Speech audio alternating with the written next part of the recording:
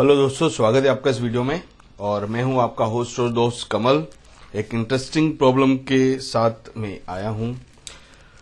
तो यहां पर ये स्क्वायर पे बेस्ड पूरा प्रॉब्लम है। मतलब स्क्वायर हो गया, ट्राइंगल्स हो गया, इन सब का मिक्स ये पूरा प्रॉब्लम है। ठीक है, तो मैं पहले प्रॉब्लम आपको समझा दूं।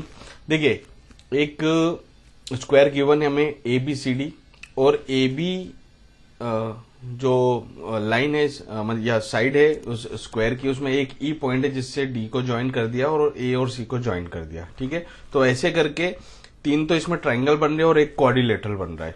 तो हमें यहाँ पर क्वेश्चन में बोला है कि यदि AE और EB इनका जो रेशो है 1:2 है, तो हमें एरिया का रेशो निकालना है। एरिया ऑफ ट्राइंगल ADF जो कि ब्लू कलर से है, और एरिया ऑफ BCFE जो कि क्वाड्रिलेटरल है, BCFE जो कि पिंक कलर से है, लाइट पिंक कलर से।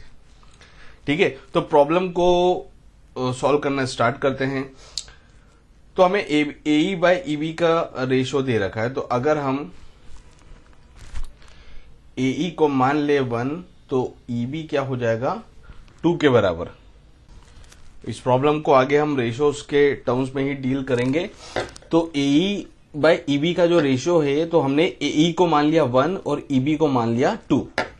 अब AE और EB इनकी वैल्यूज हम देखें तो ये जो DC है ये वैल्यू कितनी हो जाएगी 3, और ये जो AD है वो भी कितना हो जाएगा 3, और ये जो BC है वो भी कितना हो जाएगा 3। रीजन क्या है? क्योंकि एक स्क्वायर है। ठीक है, अब यहां पर हम ट्राइंगल कंसिडर कर रहे हैं। In triangle AEF and triangle FDC, जो कि दोनों ही जो व्हाइट कलर के ट्राइंगल है उसकी बात कर रहा हूं मैं। तो इन दोनों ही ट्राइंगल में हम देखें तो ये एंगल और ये एंगल इक्वल होगा, जो कि है वर्टिकली ऑपोजिट एंगल, और ये एंगल और ये एंगल भी इक्वल होंगे, जो कि है ऑल्टरनेट इंटीरियर एंगल। क्योंकि पैरेलल लाइंस के बीच में एक ट्रांसवर्सल है, तो हम यहाँ पर ऑल्टरनेट इंटीरियर एंगल का पेयर मिल रहा है, और एक वर्टिकली ऑपोजिट एंगल का पेयर मिल रहा है हमें। ठीक है, तो बाय एंगल क्राइटेरिया ये दोनों ही जो ट्राइंगल है वो क्या है? सिमिलर है।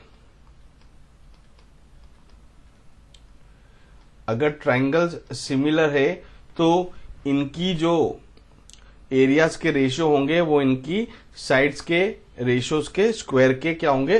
प्रोपोर्शनल होंगे। ओके, मतलब area of triangle AEF upon area of triangle FDC, इन दोनों के जो एरिया है, इनकी जो साइड्स है उनके स्क्वायर के क्या होंगे? प्रोपोर्शनल होंगे।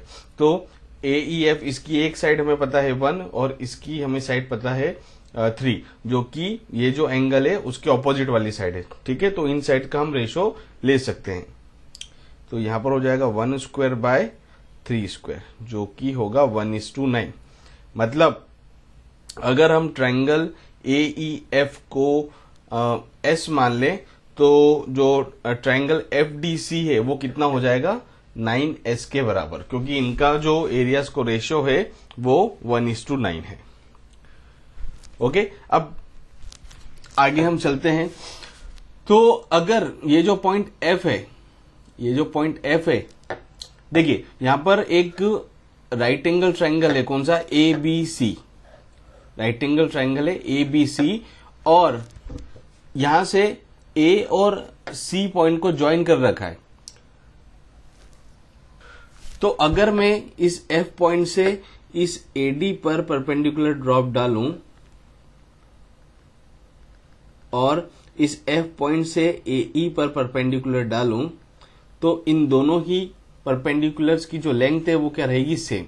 मतलब ये x मान लूं तो ये भी क्या होगा? x के बराबर। क्योंकि ये जो डिस्टेंस है ये स्क्वायर की दोनों साइड है, और ये जो लाइन है AC वो स्क्वायर को दो इक्वल ट्राइंगल्स में डिवाइड करती है। तो इस लाइन पे कोई सा भी आप पॉइंट लेंगे और ऐसे आप साइड पे परपेंडिकुलर ड्रॉप डालेंगे, तो हमेशा उसकी जो लेंथ है वो क्या आएगी? सेम आएगी। ठीक है, मतलब दो ट्राइंगल्स है हमारे पास, उन दोनों ट्राइंगल्स की जो हाइट है वो सेम है, तो उनका जो एरिया होगा वो उनके बेस पे डिपेंड करेगा। मतलब जिसका बेस ज्यादा होगा उसका एरिया ज्यादा होगा, जिसका बेस कम है उसका एरिया भी क्या होगा, कम। तो अगर यहां पर हम एरिया देखें,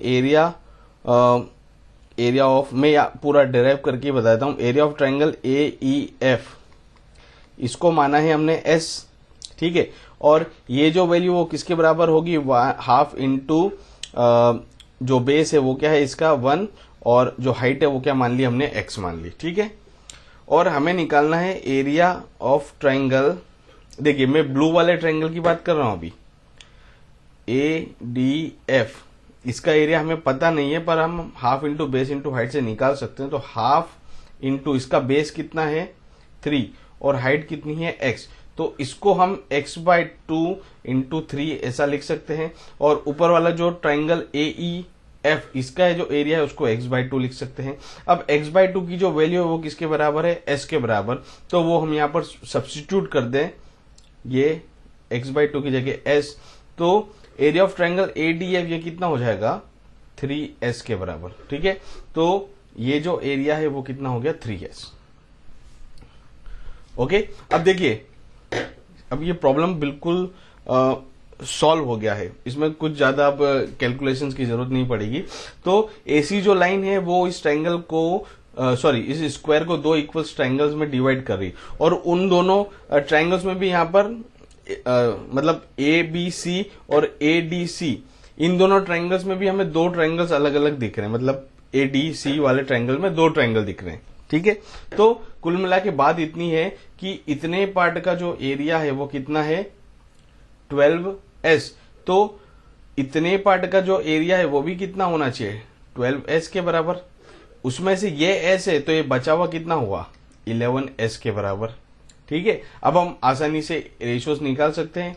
एरिया ऑफ ट्राइंगल ADF, इसका रेशियो है, इसकी जो वैल्यू है वो है 3s, और BCFE, इसकी जो वैल्यू है वो कितनी है, ये 11s के बराबर। तो इन दोनों ही ट्राइंगल्स का जो रेशियो है वो कितना हो जाएगा 3:11 के बराबर।